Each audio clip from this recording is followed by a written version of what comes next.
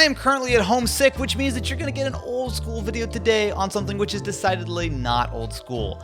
This, my friends, is the Honor Magic VS. And of course, huge shout out to Honor for not only sponsoring this video, but more importantly, giving me a very early hands-on of this device. Now, if you know anything about me, you know that I am a big fan of foldable devices. Whether they're small phones that get even smaller or large phones that get even bigger, there is a huge incentive, in my opinion, to try something like a foldable because it does give you so much more potential with the device that you carry around with you every day. Now, if you live in the US, there is exactly one main brand who are selling the vast majority of foldable devices. And let me be very clear, they've been doing a decent job. However, the problem is there's really not been a lot of competition, which means that while things are improving, the better the competition is, I think it always pushes an industry forward. And seeing what Honor have done with the Magic VS gives me a lot of hope for what we can expect to see going forward.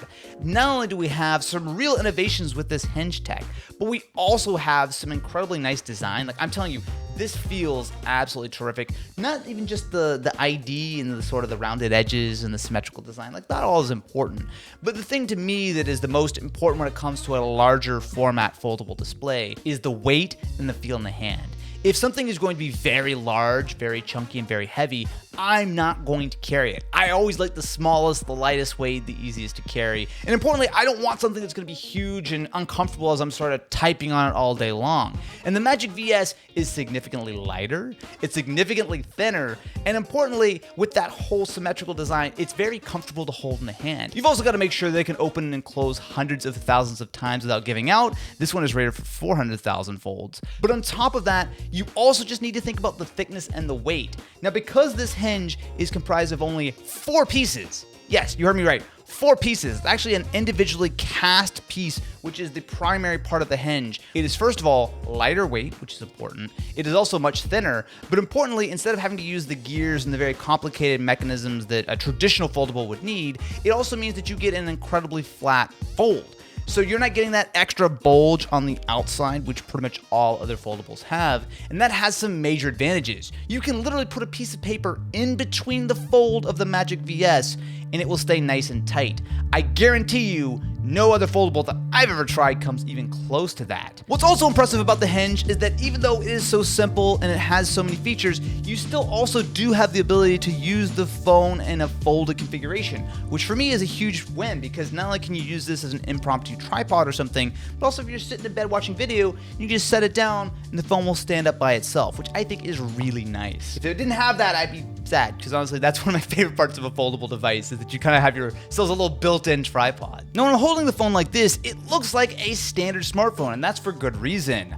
Unlike some other foldables which have sort of very tall, skinny displays, this is a 21:9 display. You've got yourself a 90% screen to body ratio, 1200 nits of brightness, 120 Hz refresh rate. I mean, it's pretty much exactly what you expect on a very high-end phone, except that you can open it up and then you get access to the entire inner display. Now, this is where you're getting a 7.9-inch foldable, which is going to be running at 90 Hz, and of course, this is what's going to give you that tablet-like experience. Now, outside of that, the specs are, of course, what you would expect with something which is a high-end flagship like this. You get yourself the Qualcomm Snapdragon 8 Plus Gen 1, and on top of that, you also have a trio of cameras around back. You get yourself a 54-megapixel main camera, you also have a 50-megapixel ultra-wide and macro camera, and on top of that, you do have a 3x 8-megapixel telephoto. There's also a 16-megapixel front-facing camera both on the external display as well as on the internal display, which I think is a legitimately useful thing. You never know which posture you're going to be using the device in, and that's really nice.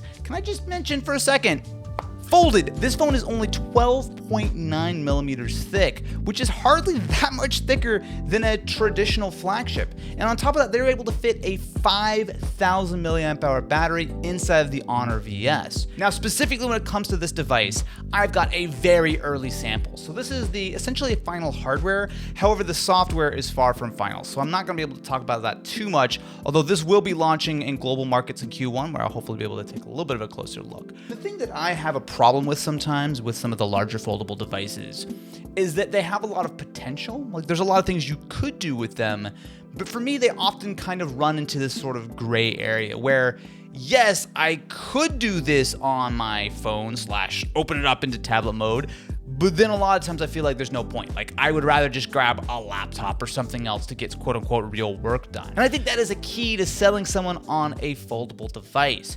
It's got to give you not only additional functionality, but also it needs to do that in a comfortable way where you don't feel like you're sacrificing. You don't feel like after you've been texting for 45 minutes, your wrists are ready to give up because you've been holding them at a weird angle, or your palms are digging into the side of the device. And that, I think, is where the hardware, at the very least, has absolutely been a win with the Magic VS. I don't typically do videos like this, and obviously if I was not sick, I would be in the studio having a great time, joking and laughing and all that kind of stuff like we normally do. But this felt like a good opportunity for me to kind of make a little bit more of an old school video. Not only because I've got this phone early, I've got it a few days early, I've got to make sure this video goes live in time, but also foldables to me are something that it's a really important kind of part of phones. Like, to me, foldables are where the most interesting phones are right now. And as someone who's been using a foldable phone every day for over 3 years now, I really care about this stuff, right?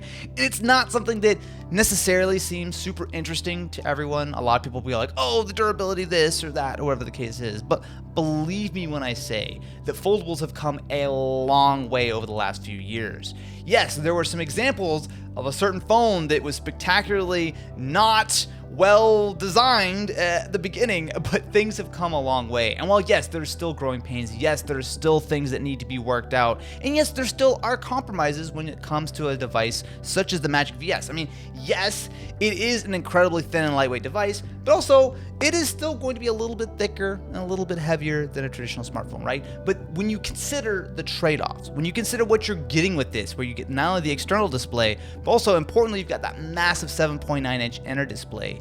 That, I think, is where things become a lot more interesting when it comes to evaluating foldable devices. Looking at this hardware gives me a lot of hope, because what we need in the foldable space right now is competition. We need multiple companies all trying their best to innovate, to improve, and to push the entire space forward. When it's only one company who's getting all the sales, they can kind of do whatever they want. But seeing things like this hinge, which is massively simplified, and as far as I can tell, simplified without really any downside. It's thinner, it's lighter, it feels like it's better across the board, and importantly, there's no gap in the phone, which means that the foldable, which is already thinner by itself, is even thinner because you don't have to deal with that little wedge on the end. I've got to give huge props to Honor, and of course, I've got to give them a huge thank you for not only sponsoring this video, but importantly, giving me an early hands-on of the Magic VS. Definitely be sure to go check it out at the link in the description and let me know not only what do you think about this old school style of video that I would maybe make more of in the future, but on top of that, let me know what you think about the Magic VS. Now, if you excuse me, I'm going to go not use any of the non-final software. I would never ever do that or anything, but I mean, you won't tell if I don't tell, right?